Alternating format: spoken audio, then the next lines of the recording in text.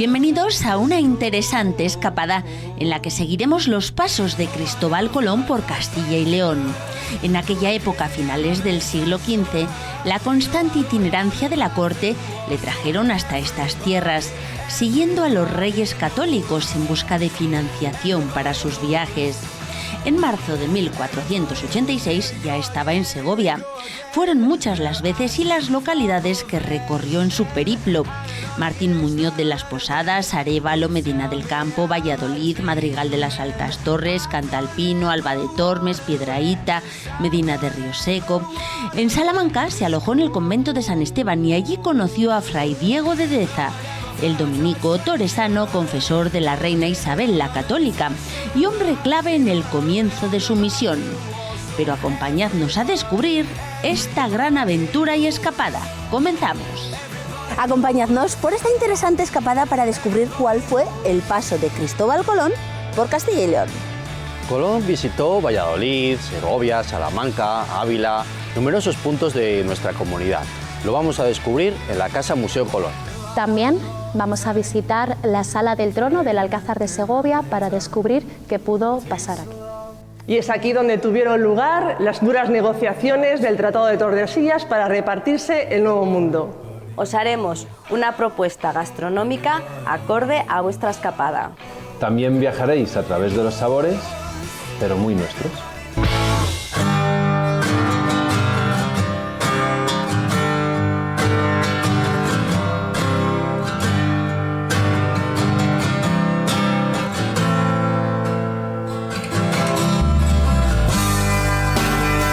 Comenzamos esta escapada dedicada a Cristóbal Colón por Castilla y León, en la que es su casa, pero casa Museo de Colón, Aarón, porque no es la casa donde vivió. Exactamente, nos encontramos en el Museo Colón de Valladolid, casa museo como lo conoce todo el mundo, pero claro, realmente habría que decir que es más bien un museo conmemorativo, porque se levanta sobre los restos de una antigua casa que durante mucho tiempo se había identificado como una supuesta vivienda de Colón en Valladolid, pero quedó demostrado que no era así, ¿no? Porque él realmente nunca tuvo casa en propiedad. Lo que sí se inspiró es para construirla a imagen y semejanza de la que tuvo su hijo en Santo Domingo, una parte. Exactamente. Si os fijáis, aquí en la fachada vemos una parte que es la entrada principal, que recuerda a esa primitiva casa que dijimos no era realmente suya, pero la otra parte del palacete de piedra está inspirada en el palacio que tuvo Diego Colón en la República Dominicana y que sigue existiendo actualmente. ¿Entramos y descubrimos todo lo que hay en su interior? Vamos.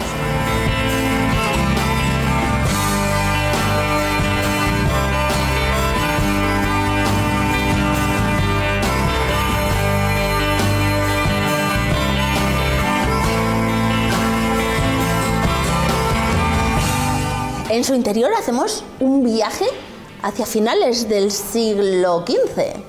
Y descubrimos los orígenes enigmáticos de Cristóbal Colón, que lo llevan a nuestro país y visitar numerosos puntos de nuestra comunidad hasta conseguir la aprobación de su viaje. Sí, porque es un personaje que siempre ha estado rodeado de misterio y de leyendas. Exactamente, hay mucha información sobre Cristóbal Colón, pero hay veces que se confunde la propia leyenda con la historia y es difícil separar, ¿no?, una cosa de la otra. Nosotros lo que sí que vamos a hacer es documentar ese paso de Cristóbal Colón por Castilla y León, ¿verdad? Exactamente. Vamos.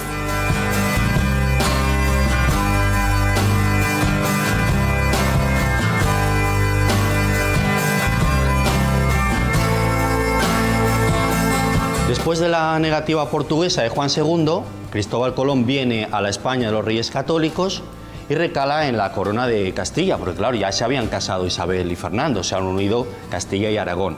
Y entonces es aquí donde empezamos ya a localizar a un Cristóbal Colón con ansias de intentar sacar adelante su proyecto y por eso sigue a la corte de los Reyes Católicos, que se encontraban en pleno proceso de la Reconquista, viajando de norte a sur y viceversa, y es en ese momento donde va a pasar por numerosos puntos de nuestra comunidad. Pues creo recordar que está en Martín Muñoz de las Posadas, en Arévalo, en Madrigal de las Altas Torres, en Salamanca, en Béjar. Les va siguiendo. Les va siguiendo.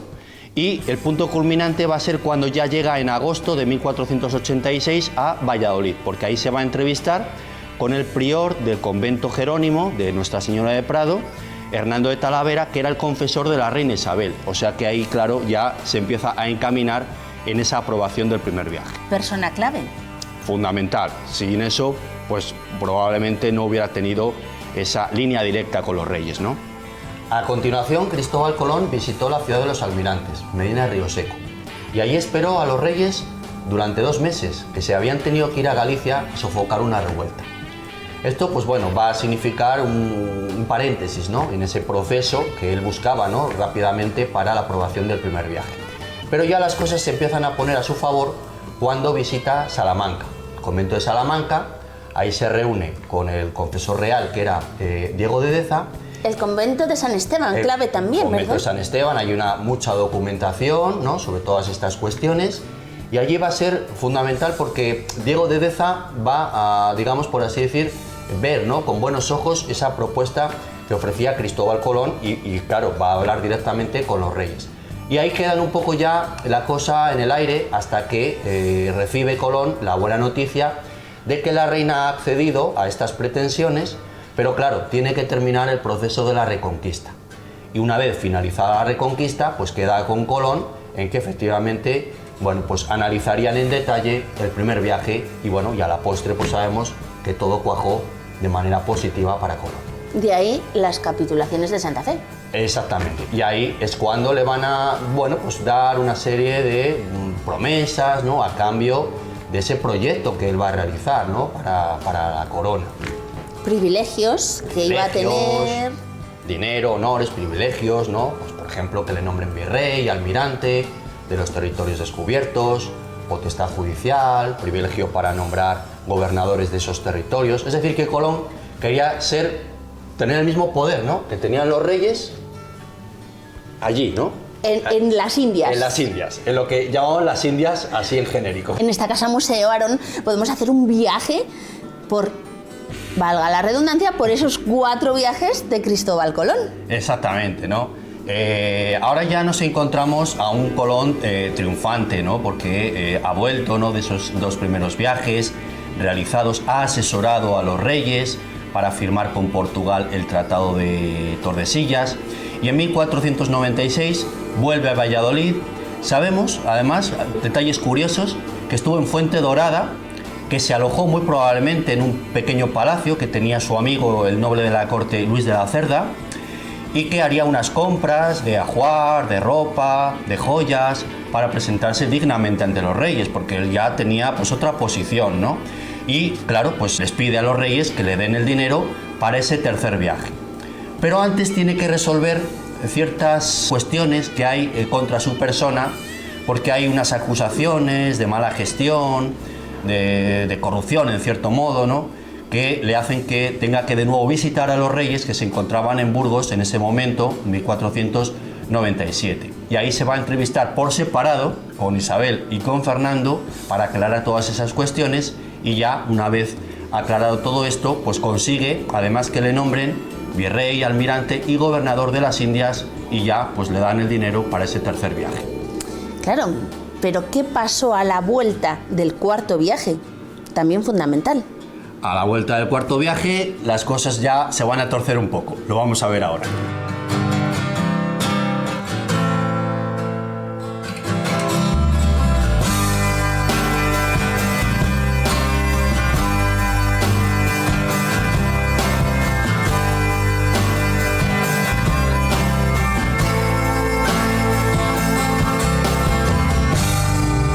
Vuelta de ese 4.º y último viaje. Bueno, aquí ya las cosas se van poniendo un poco feas para Cristóbal Colón. Viene enfermo de ese viaje en 1504, la reina Isabel ha fallecido, su principal baza en la corte, y tiene que reunirse con el rey Fernando, con quien no tenía la misma relación, ¿no? Así que, pues bueno, va a visitarlo al Alcázar, a Segovia, y allí mantienen una entrevista en mayo de 1505. No cuentes mucho lo que sucedió allí, que ya lo contaremos en el programa, allí en Segovia. Vale, pues no adelantamos mucho más, pero sí dejamos ahí esa entrevista, ¿no?, con el rey Fernando, con quien no se va a entender muy bien, Y bueno, pues por eso ya finalmente pues tendrá que venir a Valladolid, ¿no?, a resolver su testamento. Y nos vamos al convento de San Francisco. Al convento de San Francisco. Lo que fue. Exactamente, que bueno, pues va a ser el lugar, ¿no?, clave, con algunos datos contrastados y otros que, bueno, pues nos dan pie a otra versión sobre los últimos días de Colón en Valladolid. Vamos.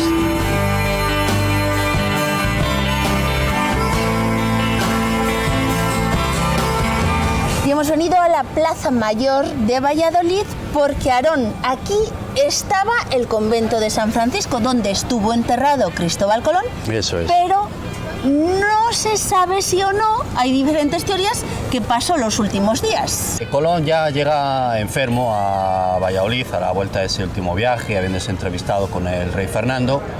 Y bueno, pues aprovecha, ¿no?, sus contactos en la corte para intentar resolver su testamento, ¿no?, todas esas demandas que tenía ante los reyes.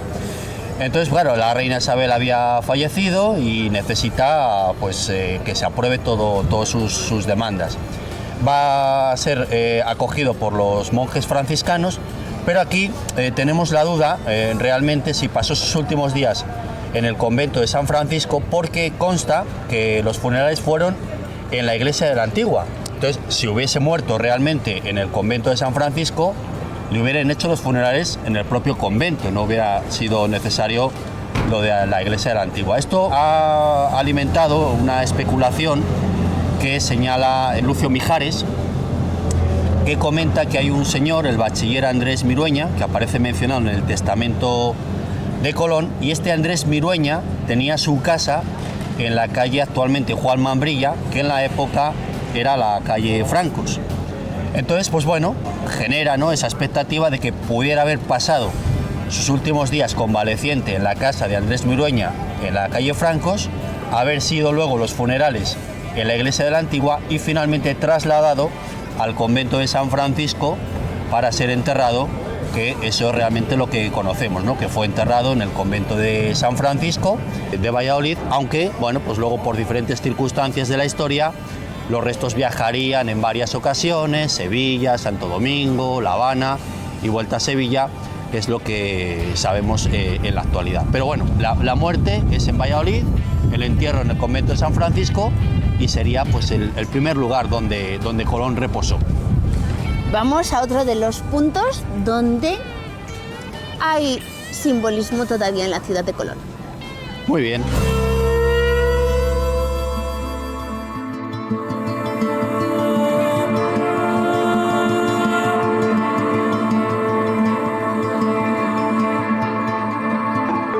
La Plaza de Colón y la estatua de Colón, que tiene también mucha historia. Desde luego, la estatua pues realmente es un recuerdo, ¿no?, de la gesta descubridora. Hay que recordar que esta estatua fue encargada al escultor sevillano Antonio Susillo. Él realiza la estatua en principio para llevarla al Paseo Central de La Habana con motivo del 4º centenario del descubrimiento. Pero resulta que en estos momentos pues, se produce la independencia de Cuba, y de tal manera que la estatua pues, al final no va a salir de nuestro país. Ahí pues, va a haber varias ciudades que se disputan la estatua: Valladolid, Sevilla, Madrid, pero aquí tenemos que contar con la intervención del ministro de Fomento en época de Alfonso XII y la regencia de María Cristina, que era Germán Gamazo, que medió a favor de Valladolid, y conseguimos que la estatua se quedase en Valladolid, y fue inaugurada en septiembre de 1905, coincidiendo con el primer día de las ferias de ese año. Ya sabéis, fundamental para la historia fue el paso de Cristóbal Colón por Castilla y León.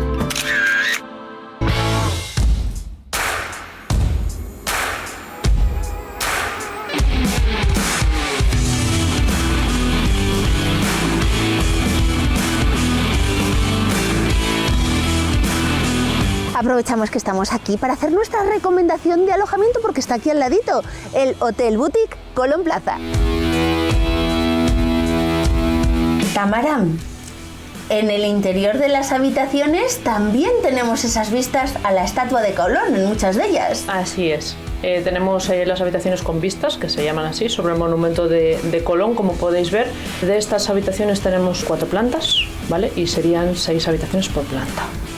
Y esta terracita que da gusto, con el sol entrando. Sí, así es. Vistas también al Campo Grande. Sí, correcto. Justamente enfrente de Campo Grande. Decía yo que es un hotel boutique, porque está todo muy cuidado. Eso es. Somos un hotel de 4 estrellas, pero preferimos ponerle el apellido boutique para diferenciarnos, sobre todo en el tema de la calidad, la atención al cliente, que al final los huéspedes nos diferencien por ese apellido. Muy bien ubicado, al lado de la estación de trenes, del centro de la ciudad. Exactamente, menos de 200 metros de la estación de tren, de AVE, y a la Plaza Mayor menos de 10 minutos caminando. Y hablando de ese hotel boutique, por ejemplo, los cabeceros son diferentes, son con azulejos. Sí, eso es una peculiaridad que el propietario, bueno, pues quiso hacer un guiño en la decoración y la verdad es que gusta bastante. El edificio es histórico, ¿vale? Entonces en 1988 lo compró una familia, era de una familia, la familia Lassa, y hicieron el hotel Lassa, que se llamaba, con 62 habitaciones. Después lo vendieron y el actual propietario lo compró y lo abrimos totalmente reformado en 2019. ¿Qué es lo que hizo? Abrir con 54 habitaciones, redujo el número de habitaciones para que fuesen más amplias, para que fuesen mucho más amplias y confortables. Entonces nosotros ahora tenemos las 54 habitaciones, de las cuales disponemos de 4 suites y luego tenemos 8 junior suites y luego la categoría en la que estamos ahora mismo, que sería la habitación con vistas, la más demandada sobre todo en el segmento business. Las habitaciones suite suelen ser más para familias, porque tenemos en una misma habitación hay que diferenciar 2 estancias. Está la estancia del salón y está la estancia de dormitorio, que nos permite que en la estancia del salón podamos poner un sofá cama amplio para un niño o incluso un tercer adulto.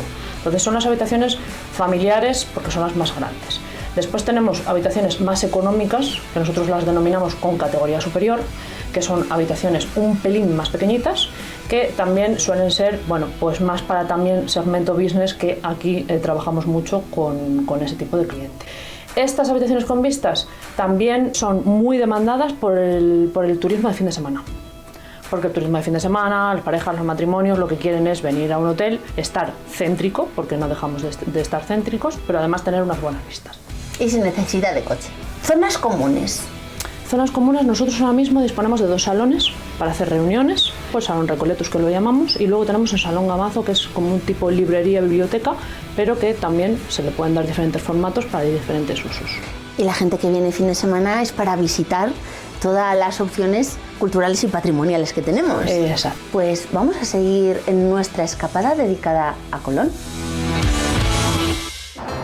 Camino de Tordesillas, donde va a continuar nuestra escapada. Hemos hecho una paradita en Arroyo de la Encomienda, en esquina Colón, donde va a ser nuestra primera recomendación gastronómica.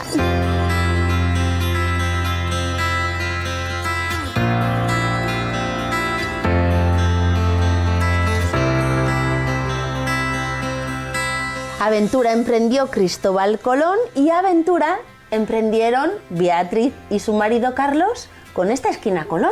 Pues aquí nos vinimos, Arroyo de la Encomienda. Después de andar mucho tiempo trabajando en el centro de Valladolid, nos embarcamos aquí. Tenéis además muchísima experiencia en el mundo de la hostelería. Bueno, tenemos una trayectoria ya de casi 30 años.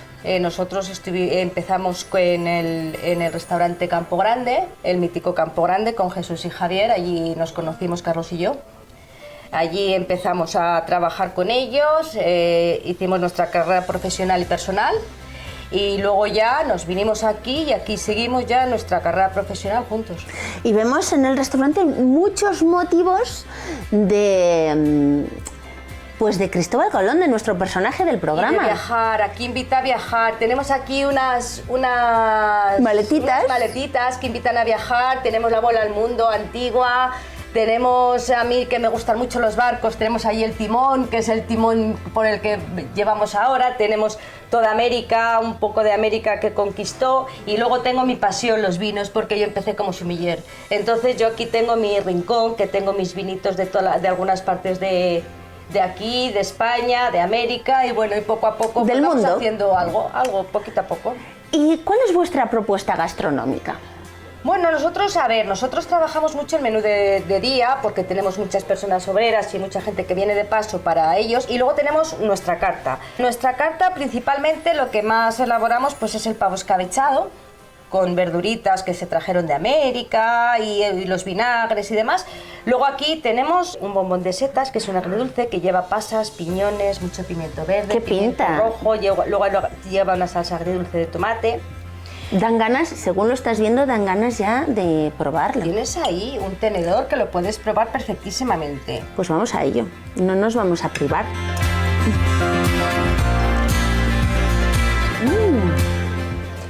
Luego tienes aquí el bacalao clásico al ajo arriero, que es muy típico de aquí, de Castilla, y luego pues una tarta de queso. Y luego lo regamos con un vino verdejo de aquí, de la zona de Valladolid, que son de unas bodegas que se llaman son de las bodegas Cerrosol, y el vino se llama Doña Beatriz. Y me dicen, ¿esto y el vino? No, se llama como yo, pero no tengo nada que ver. Yo simplemente pongo y le vendo. Pues Beatriz, con este buen vino seguro, porque de una experta sommelier, vamos a brindar por esta escapada que continúa. Vamos a Tordesillas.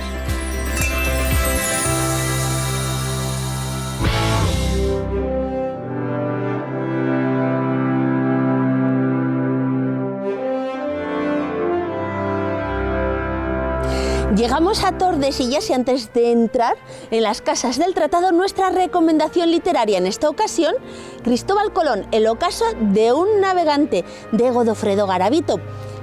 Obviamente ya no está con nosotros, pero su nieto sí. Guillermo, háblanos de Cristóbal Colón, el ocaso de un navegante. Yo es un libro al que le tengo especial cariño, entre otras cosas porque es el último libro de mi abuelo, es el último libro que escribió en el año 2005, justo conmemorándose el último viaje a América de Colón, año antes de que muriera en Valladolid, se cumplían 500 años. Entonces, para mí es uno de los libros especiales de mi abuelo porque no es solo un ensayo histórico como había hecho con Carlos V anteriormente, sino que está novelado. Y eso en mi abuelo es muy raro. Mi abuelo era poeta, era historiador, pero seguro que lo que no era novelista. Y esto de tratar de divulgar, de acercar al público, me parece que consiguió hacer una gran labor en los últimos días de Cristóbal Colón. Además nos lleva al Valladolid de la época.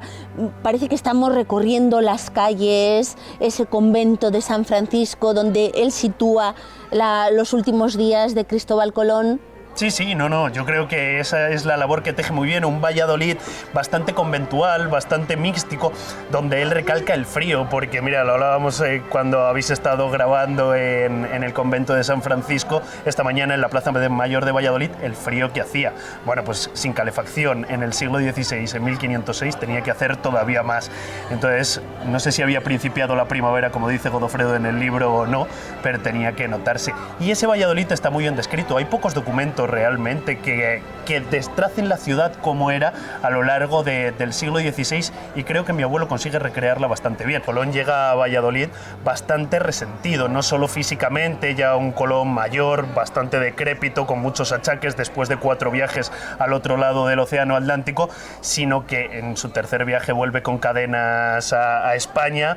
Los reyes católicos no habían cumplido exactamente todo lo que le habían prometido en aquellas capitulaciones de Santa Fe, y esos achaques también morales, él intenta restituir por todos los medios su honor y que se cumpla lo que habían pactado con los reyes católicos, y es lo que trata también en Valladolid. Por eso se viene aquí y no escoge otra ciudad en España, precisamente para que la corte trate de hacerle merced. Pues ya sabemos, Cristóbal Colón, el ocaso de un navegante, por uno de nuestros escritores, por Godofredo Garavito.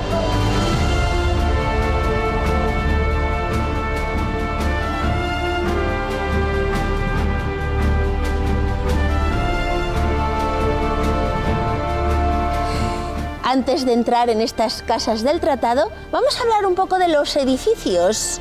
Patricia, porque uno sí que corresponde a la época donde hubo esas negociaciones para repartirse el Nuevo Mundo, a finales del siglo XV, pero la otra es posterior. Cuéntanos.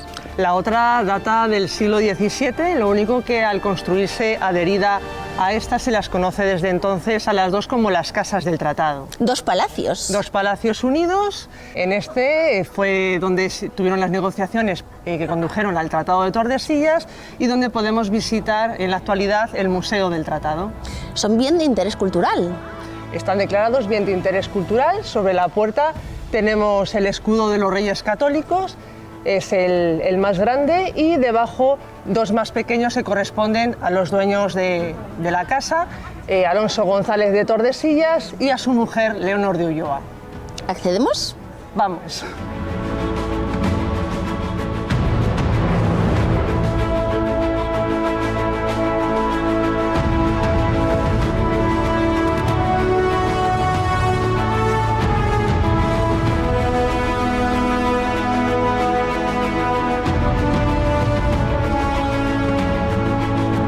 Negociaciones nada fáciles las que tuvieron lugar en Tordesillas. Nada fácil, efectivamente. Aquí se reunieron embajadores castellanos, portugueses, en igual número de cada reino. Y aquí, pues bueno, fue donde establecieron que iba a ser la línea definitiva del Tratado de Tordesillas, línea divisoria de actuación de cada reino, Reino de Castilla, Reino de Portugal. Esa línea se trazó a 370 leguas. Uy, me parece que hay un mapa que visualmente nos lo va a poner muy fácil. Pues vamos al interior del museo. Aquí tenemos un mapa que, como te decía, lo explica muy bien. La raya del Tratado de Tordesillas, situada a 370 leguas al oeste de las islas de Cabo Verde, de tal forma que la parte oriental quedaría para Portugal y la occidental para Castilla. Digamos que el conflicto surge entre Castilla y Portugal porque Colón, a la vuelta de su primer viaje, al regreso victorioso de su viaje, no sabía ubicar con exactitud las nuevas tierras descubiertas. Entonces, el rey Juan II de Portugal advirtió que si estas tierras descubiertas estaban al sur del paralelo de las Canarias, digamos que según lo estipulado en el Tratado de Alcáçovas, pertenecerían a Portugal y no a Castilla. Y es que este Tratado de Alcáçovas puso fin a la guerra de sucesión al trono de Castilla, por el cual Isabel la Católica se quedó con la corona de Castilla y a cambio Portugal se quedó con el derecho de navegación y conquista al sur del archipiélago del paralelo de este archipiélago de las Islas Canarias. El primero que propone una línea divisoria para repartir estos territorios fue Cristóbal Colón. Cristóbal Colón es el primero que indica o que propone que esta raya divisoria pase de ser un paralelo, como fue en el Tratado de Alcáçovas, a un meridiano, es decir, una línea de polo a polo que, como se ve, pues pasaría por las Islas Azores y Cabo Verde, pero esta línea no fue aceptada por los portugueses y el Papa Alejandro VI en las bulas propone una segunda línea. Esta también es un meridiano, se acepta que sea un meridiano, pero está situada 100 leguas hacia el oeste de las Islas Cabo Verde. Digamos que la raya definitiva se establece tras estas duras negociaciones celebradas aquí en Tordesillas a 370 leguas al oeste de las islas de Cabo Verde. Lo aceptaron ya que Portugal se quedaba con mucho espacio para poder maniobrar sus barcos, poder aprovechar los vientos y las mareas y poder seguir sus viajes por África. Y digamos que los castellanos aceptaron esta propuesta ya que todavía, según Cristóbal Colón, les quedaba mucho espacio de agua para llegar a las Indias. Patricia, de hecho podemos ver, aquí tenéis un facsímil de lo que fue realmente ese documento, ¿no? Exactamente, aquí podemos ver dos facsímiles del Tratado de Tordesillas, documento tan importante que hizo que estuviera incluido en el registro, fue el primer documento firmado en España, incluido en el registro de memoria del mundo de la UNESCO, ya que digamos que este Tratado de Tordesillas sentó las bases de la lengua que hablarían hoy en día millones de personas en el continente americano. De hecho, por este motivo, por este Tratado de Tordesillas, en Brasil hoy se habla portugués y en otros países como en Argentina, Chile, Perú, etcétera, se habla castellano. No es lo único que podemos ver en estas casas del tratado, también cómo quedó el mundo después de este tratado. Exactamente, este Museo del Tratado de Tordesillas cuenta con una segunda sala que muestra elementos de intercambio con el Nuevo Mundo. Pues ya lo habéis visto, pero la escapada continúa porque nos vamos hasta Segovia.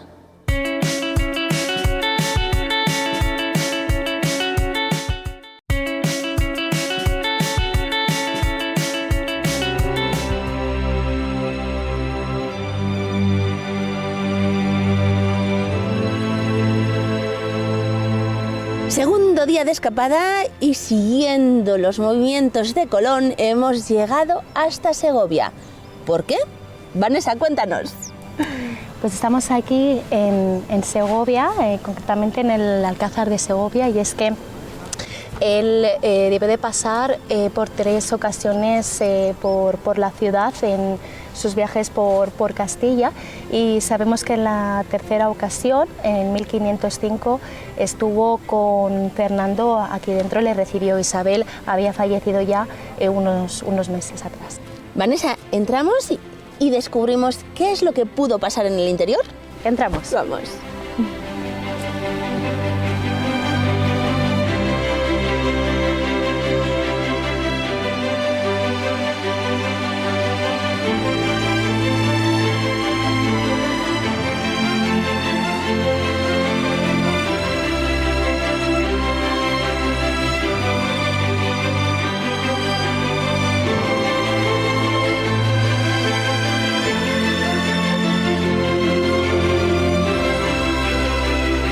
Primero de todo, Esther, tenemos que tener en cuenta que en esa época la corte era itinerante y que Colón, en estos viajes que realizó por Castilla y por toda la península en busca de financiación para su proyecto, pues iba siempre siguiendo los pasos de la corte, y desde luego que el Alcázar de Segovia fue una de las sedes más importantes de esta corte itinerante, y también durante el reinado de los reyes católicos. Él va a llegar aquí a Segovia la primavera de 1505. Como he comentado, Isabel ya había fallecido, así que le va a atender solo Fernando. El recorrido que pudo haber realizado no lo sabemos a ciencia cierta, no hay documentación exacta, pero sí que hay un ceremonial marcado en el cual les llevarían por un itinerario donde buscasen sorprenderles, ¿no? y hacer despertar su admiración por el Alcázar, pero también por la dinastía. De esta forma tenemos un recorrido que habla de ello una historiadora del arte que se llama María López Díaz, que pudo iniciar desde el puente, cruzando el puente, llegando cruzando por el patio de armas hasta llegar a esta torre del homenaje, que aquí estaba el tesoro de la corona custodiado, que, bueno, según las crónicas debió de ser muy apabullante, de tal forma que era un símbolo también de ese poder, un elemento de prestigio para el Alcázar. Según varias teorías, pues parte pudiese ser utilizado para financiar el primer viaje de Cristóbal a las Indias.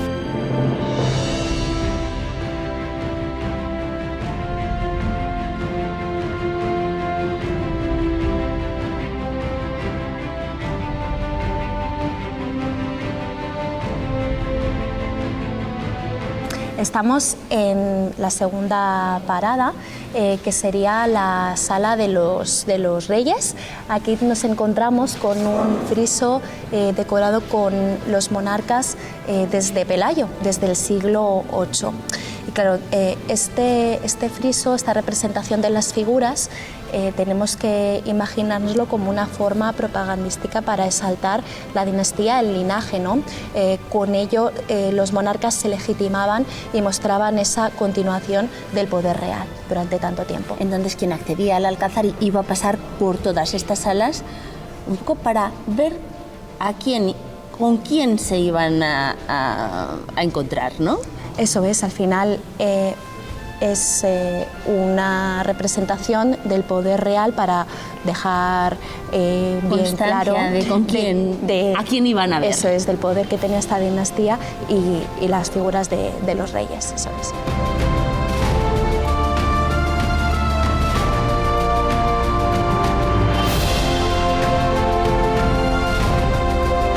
Estamos ahora en la sala de la galera.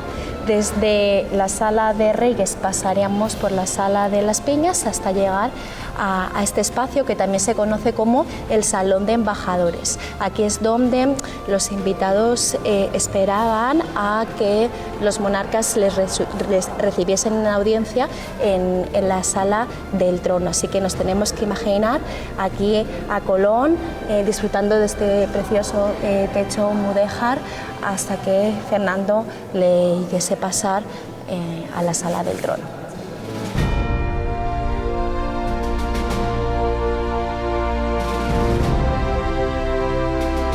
Estamos en este Salón del Trono.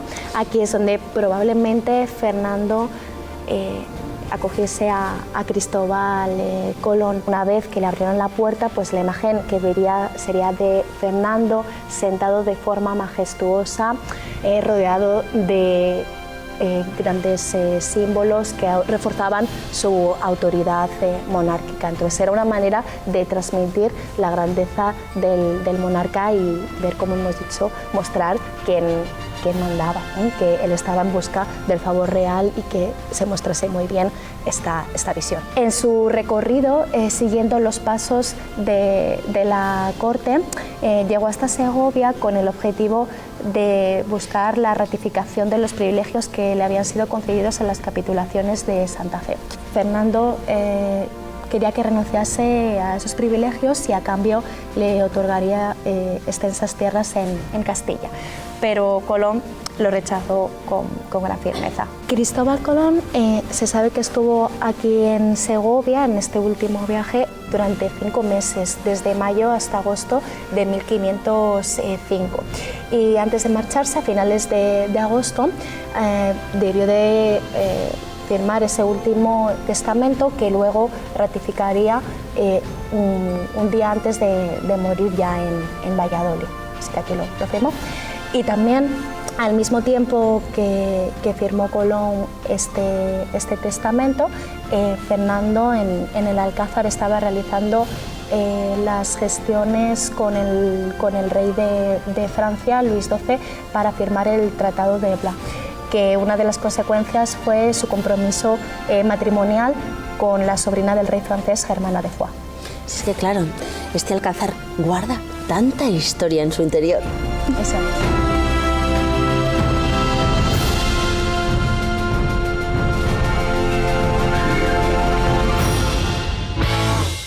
Y nos hemos venido al centro de Segovia porque en la calle Colón nuestra propuesta gastronómica va a ser en Pasapán.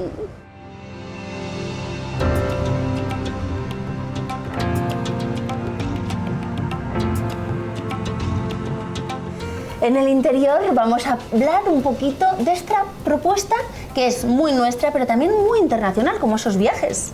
Así es. Juanra, háblame primero del restaurante y de vuestra plantilla, que es muy joven, pero muy experimentada. Sí, así es. Pues nada, el restaurante Pasapán toma su nombre de un pico de aquí de la zona de la Mujer Muerta, que es el pico Pasapán.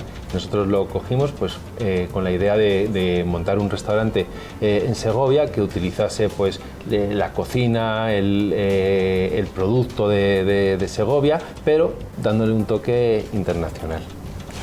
¿Qué países vamos a trasladarnos con los sabores, con los olfatos, con la vista? ¿Dónde vamos a ir? Pues la verdad es que tenemos un recorrido por todos los países del mundo, por todos los continentes, porque tenemos, por ejemplo, un plato de hummus que hacemos con garbanzo de Valseca y es un plato de cocina típica árabe de Oriente Próximo. También tenemos un plato de quesadillas que hacemos un guiso de pollo de corral al chilindrón, algo muy típico y tradicional, pero lo metemos en una quesadilla que es un plato originario de México.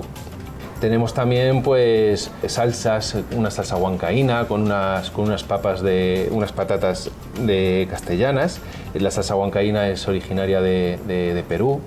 Bueno, hacemos un poco esa mezcla de sabores y de culturas. Sí, pero como bien decías, con los productos de cercanía, con los productos de aquí, de Segovia y del entorno. Nuestra materia prima principal son productos de aquí de Segovia o del entorno, de kilómetro cero, que se llaman.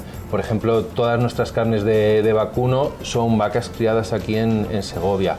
Los garbanzos, utilizamos garbanzos de Valseca. Tenemos un plato que es una ensalada con una vinagreta de remolacha, con remolachas del Carracillo, que es una zona hortofrutícola muy importante en Segovia.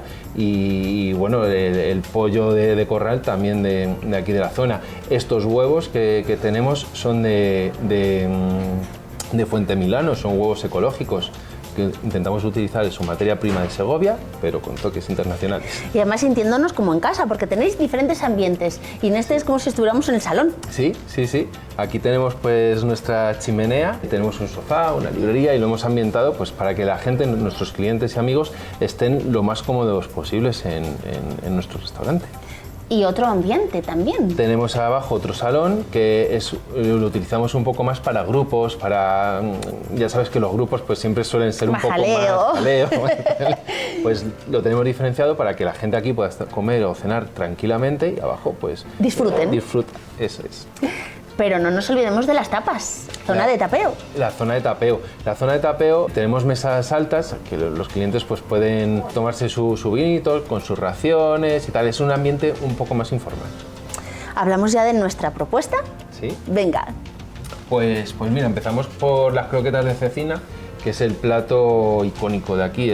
Todo el mundo que las prueba le encanta y no puede faltar. Y quieren repetir. Eso. Tanto en barra como en restaurante. Sí, en barra y en restaurante compartimos la carta, no hay diferencia. Pero las croquetas, tanto para llevar a casa, que también las preparamos Buena para idea. casa. Sí. Y son unas croquetas de cecina, que las freímos en el momento, las hacemos de manera diaria y están súper crujientes por fuera y cremositas por dentro. Qué ricas. Una delicia, sí. Luego, pues mira, para seguir tenemos la quesadilla de la que te he hablado antes, de pollo de corral al chilindrón. Es un guiso que hacemos pues tradicional de toda la vida. Deshuesamos el pollo, con los huesos hacemos un caldo que luego potenciamos, con ese caldo potenciamos el sabor y mezclamos el pollo deshuesado. Una vez deshuesado, pues simplemente meterlo entre dos quesadillas, ponerle queso también de oveja de aquí de un queso semicurado de la zona de Espirdo y lo acompañamos de un guacamole, que eso no es un producto segoviano, pero bueno, es el Pero como estamos hablando de la internacionalización, ¿verdad? Eso es. Luego tenemos un vacío de ternera que está hecho a la parrilla con un queso ahumado y unas patatas castellanas salteadas con un poquito de pimentón. Y lo acompañamos con una salsa chimichurri, que es una salsa originaria de Argentina. Y por último, estos tres platos los tenemos siempre en la carta. Y os queremos presentar pues un plato que vamos a proponer ahora de fuera de carta, que lo hacemos en exclusiva con vosotros. Uy. Son unas patatas también castellanas, las mismas patatas, hechas a la plancha, con un taco de panceta de cerdo cocinado a baja temperatura y tostado en la sartén. Y luego, por último, 2 huevos fritos con huevos ecológicos de aquí de Fuente Milanos y con una salsita que, si os parece... Claro, el toque final, ¿verdad? El toque final, claro. Esto es una reducción de una salsita de carne con toques de soja, con un poquito de salsita de ostras. ¡Qué rico! Y simplemente terminarlo por encima. Para que quede todavía más sabroso. Claro, para que le potencie el sabor. Y luego lo terminamos pues con unas hierbas para que le dé también ese saborcito a campo. Fíjate, Juanra, nosotros acabamos de viajar a través de los sabores, pero también hemos seguido la huella de Cristóbal Colón por Castilla y León. Brindamos por la que ha sido una escapada perfecta y os esperamos en la próxima, que también os va a encantar. Menudo viaje también el nuestro, el que nos lleva cada semana a descubrir nuestra comunidad. En esta ocasión fue el siempre dispuesto Aarón el que nos acompañó en gran parte para conocer los pasos que Cristóbal Colón dio por Castilla y León. Orgullosa está Patricia de lo que aconteció en Tordesillas y Vanessa de su precioso alcázar. No digamos Guillermo de su abuelo y Beatriz de su personal proyecto. Junto a Tamara y también Juanra, brindamos por nuestra historia, la pasada, presente y futura. Y lo hacemos una vez más con todos vosotros para que sigamos escapándonos juntos, porque nos encanta.